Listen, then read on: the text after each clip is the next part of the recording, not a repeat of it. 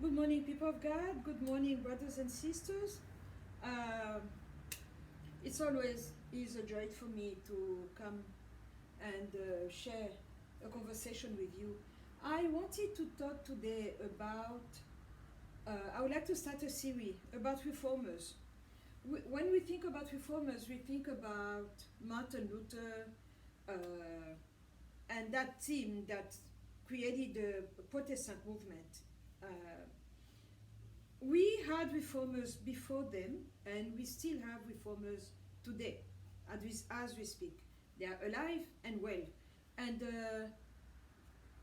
they reform society, they reform our world, but in a quiet manner, in a quiet way. And if we don't pay attention, we might not even be aware that we are dealing with a reformer. And I would like to start by one that I really find interesting because in his accomplishment, because he's dead. He passed away in I'm reading on my phone. He passed away in 1882 at the age of 73. And of course, I'm talking about Charles Robert Darwin, the man who gave us the Darwin, uh, the evolution, theory, evolution of. But it's a theory. That's what it is. That's why we call it the theory of evolution, and we need to prove it. Because if I come up with a new theory and I submit it to you, we need to debate, we need to unpack it, and then we come to the conclusion: is it true or it is not? And this man was a believer, believe it or not. He was a naturalist, that's what they called him, and he traveled. He went to Galapagos Island, uh, and Charles Darwin is known for the voyage on the Beagle. That was the name of the boat that took them there. And he came back from there. He wrote a book called um, what is the title again? He wrote a book, and that book is still resonating today because we are following what he said. And he's talking about the evolution. So for him, we were not created, but we evolved. And so we started by a little worm, and then we ended up becoming human beings. So his family on both sides were Unitarian, and members of the other half was member of the Anglican Church. So they were Christian per se, but Charles had a cousin called Galton, and Galton is the co-founder of the eugenic movement. That's a very interesting family. So he finally wrote a book called Natural Theology of or Evidence of the Existence. That was the first one. And then he kept writing, and then he reached this place where he said that we evolved. So if we evolved, that means that we were not created. If we were not created, that means that there is no God. And that's how the theory of evolution uh, is taught to our children. I mean, we all went to school and we are still going to school with that theory as if that was the truth. But it's not the truth because they were not able to prove it. But we are still learning it, and that's a fact. And when they studied, I was like, okay, I don't care, I don't mind, because I know that there is a God. I believe in God, and He's the Lord that I serve, and that's where I stand. So what they are teaching in class, that's them, but I know the truth. But the problem is, I know the truth, but when you start talking about transmutation of species, when you start talking about evolution, when you start talking about the survival of the fittest, just because he was observing these tortoise on Galapagos Island, um, then we start seeing that there is a problem. And the problem is that people don't believe in God anymore because we know that we were not created. So if we are not created, there is no creator. So why should I live in the fear of the Lord as if the Lord existed? But the Lord exists. There is a God, and He is alive and well, and He's in charge of everything. But Charles Darwin, in so many books, is fighting God, the very existence, the very idea of God. He doesn't believe in God because he lost a child who passed away. So he resented God, and that through his science, through his theory, he was fighting the idea of God, and that's how that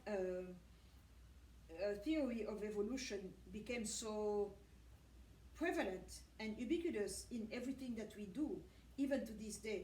So because I see people who are telling me, actually 5 days ago I was on Instagram on a French news, and they had a story about this man who for 19 years, a married man, but they chose not to have children. They were both French citizens.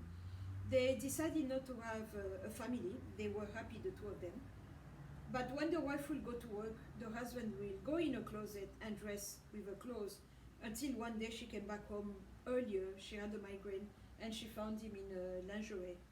And he confessed to her that he was a cross dresser and that actually he was a woman inside. So he's undergoing surgeries to change and to become a female.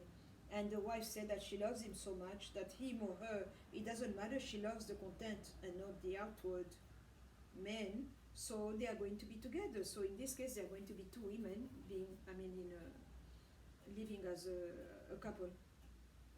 And I started debating with that man in a polite way, but yet I was firm in my belief. I stood my ground, and he became aggressive.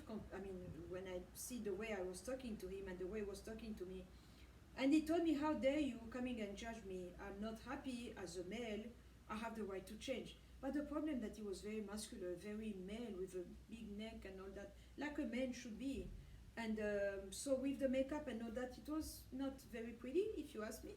But so we went back and forth, and he ended up telling me, because I kept telling him that God, that's not God's way, that's not God's will. He said, you can keep your God for yourself. Keep him to yourself. He's your God, not my God. After all, God doesn't exist because we were not created, we evolved. And Darwin was right. So it hit me. I was like, someone who passed away in 1882. I'm debating today in this generation of iPad, iPhone, everything. We are still talking about the lies that Darwin exposed to the world or brought into the world. So he did a very effective job. Darwin was a reformer, and he came, even though his father was even sometimes a minister, the child that came from his loin didn't love God, and he was fighting God. So that theory of evolution is really deconstructing God, God the creator. So if we believe in evolution, that means that we cannot believe in God, right? Because we were not created, we evolved from one being to another, from a low primary form to another one. So therefore, I don't have to give account to God. I don't have to live in the fear of the Lord, because there is no God. Why should I fear? It's just an image that men created for themselves, or society or the church created that to keep us in check. So when he told me that person, when he said that, it really hit down on me that Darwin was a reformer. He came to reform the world. He came to establish something. You cannot go back to the way we used to be before him, the way men used to believe before him, because he established that theory that no one can prove. We have the missing link. So many professors were cut with fake skeleton that were made with a plaster of monkey bones, and they tried to construct and to come up with something new to prove the missing link, but there is no missing link. So to me, I believe that we were created, and the Homo sapiens was created by God. So I'm not a second version of something that was there before, like 101 and I'm 102 or 210. No, I am what God created, a human being, and that's what I am. But Darwin didn't believe that. Darwin fought God and wanted to prove that there is no God. And it's working. Because from that theory, we can see the way society came tumbling down and going down and down and down, and we start pushing God aside and his ways, his laws, his statute and commandment. We men didn't want to follow them anymore. Actually, what Darwin did is that he opened the door to say we can revolt, we can rebel, we can believe in something else, believe in yourself and not in God, believe in you, your will, do what you want to do for your life, and don't follow what God wants. That's what Darwin did, and that's what Darwinism is still doing, and that's why we are the way we are. Look at the way this world believes that we can solve everything without God. Let's go to the coronavirus. That virus, everybody is saying that it was created in a lab. Okay. Who created it? I don't know. I was not there. But I see what it does. People are dying. People are becoming ill, sick, and they die. Okay. But the Republic of China, in these past 2 years alone, destroyed so many Christian churches, arrested so many Christian pastors, dismantled so many Christian churches. The only Christian that they call Christian, I don't call Christian, the Catholic Church is the only church that is allowed by the party to minister. That's the only Christian church. Every other Christian church is illegal in China. They arrested so many people. They removed the cross because they don't want to see the cross. And the worst part is that they even have a Bible that they translated according to the directive of the Communist Party. They have a Bible that is different from ours. And if you have the Bible that we have, they will arrest you. And there is one Bible that is legal, it's that one. So China did that in these past 2 years. But when you tell God time and time again that you don't want him in your life, that you're pushing God away, you don't want the word of God, you don't want the cross. He didn't ask us to keep the cross, but the cross represents the crucifixion on which our Lord Jesus died, Yeshua, the Son of God. I don't have a cross in my house. But when we see what China did, and now this virus is here, who is going to help them? Who is going to save them? Where is the dragon that they worship? When you can go on YouTube, there is a video of the president of China, or the premier, they call him. He's telling President Trump that they are the children of the dragon, that they've been children of the dragon, generation upon generation, that the dragon is their father.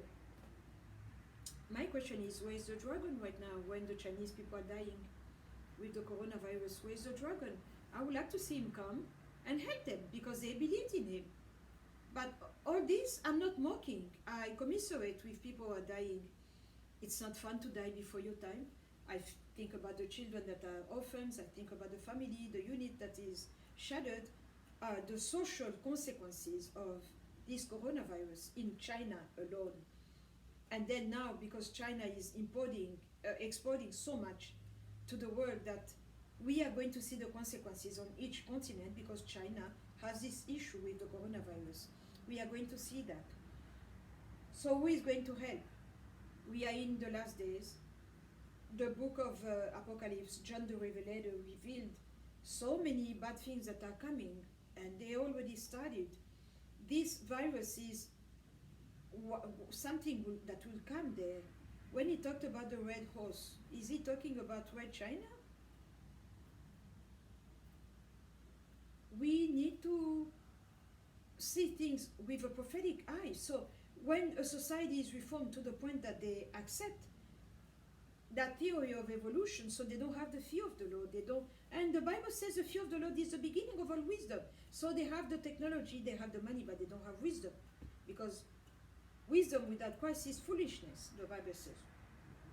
And that's where we are. So Charles Darwin came to establish something that has never been proven, and yet it's so popular that if you are a professor and you dare come with the opposite view, they will pound you, they will discredit you, they will write papers against you to make you kneel before the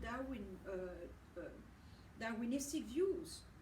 He came to reform society. He reformed society.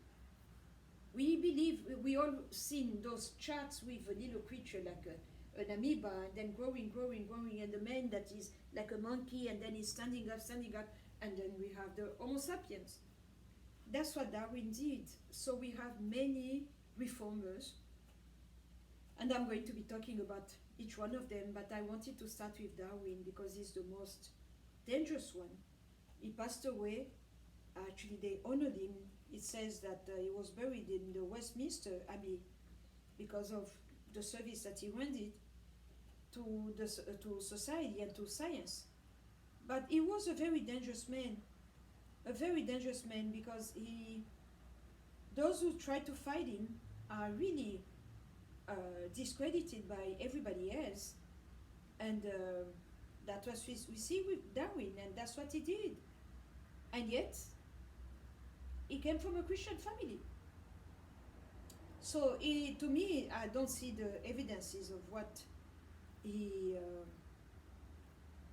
produced, and the book has been translated in so many different languages, and then so many racist people came and stood on top of what Darwin did. He himself was very much influenced by Malthus. I will talk about Malthus next time. And his cousin Galton was one of the many lovers of Margaret Sanger, the creator of Planned Parenthood.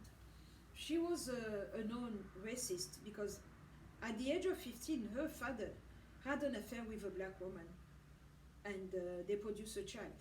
And strangely enough, the child died at the age of 6 in Margaret Sanger's bedroom. And we cannot find more details. But from there, Margaret had a deep aversion for black people. And that's how she, with the teaching of Darwin and Galton, she took it, added on top of it, and the eugenic movement was created. She was a member of the eugenic movement with Galton, a lover, and they started talking to black pastors at the recommendation of W.E.B. Du Bois, who was a black man, but who is well known for the Harlem Renaissance. But he recommended to her to go talk to black preachers because the church, as we are in Black America, has a big place in society. So what the pastor says will go. And that's what she did. She started recruiting those black pastors, founding them financially, and making things happening for them. And they started preaching in favor of Planned Parenthood. So we see the death and abortion movement of so many black babies today, African American babies, and on the African soil, because Planned Parenthood is well established in Africa also, and they call it the maternal health, reproductive health. It's healthcare for women, and all that we can trace it back to Darwin. Darwin has a big place in Planned Parenthood. His teachings, his findings, with his cousin Galton and Margaret Sanger, all that brought us to where we are today with Planned Parenthood. This is what reformers do. So Darwin, Galton, Margaret Sanger are reformers. They reform society.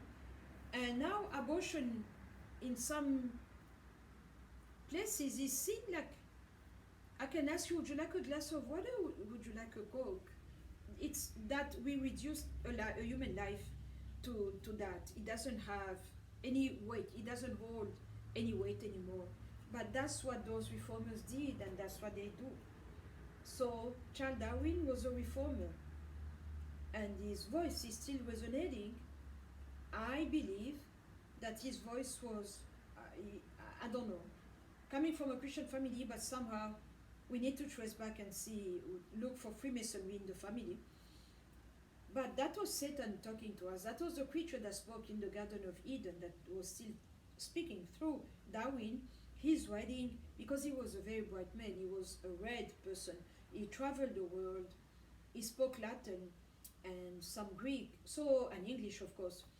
So he wrote many books, and he was a brilliant person that you enjoy having a conversation with, a debate. He participated in so many debates on high university level. He was a very intelligent person, but the message that he brought, that's the problem that I have. And he came to reform society, and he did it. He did it, and this is where we are. So we need to go back to the basics. Planned Parenthood, the death of black babies in black neighborhood, the fact that so many black mothers choose to abort their babies, it's because Planned Parenthood is in the neighborhood. In Africa, actually, abortions is free. They are free. Those abortions that they provide on the African continent is free. But the goal is to have mothers to abort their kids. And above all, if we can abort black babies and brown babies, that's even better. So that's what I wanted to talk to you about today. Charles Darwin was a reformer. He reformed society, and he did a very bad job, because he came to establish something bad, and we cannot stop it today. We are fighting it. We are talking against it. I am. Everywhere that I get a chance, I denounce Darwin, but he was a very dangerous man. A very dangerous man. He's dead, but he's still talking. Wow, this is what I wanted to share with you today. Thank you very much.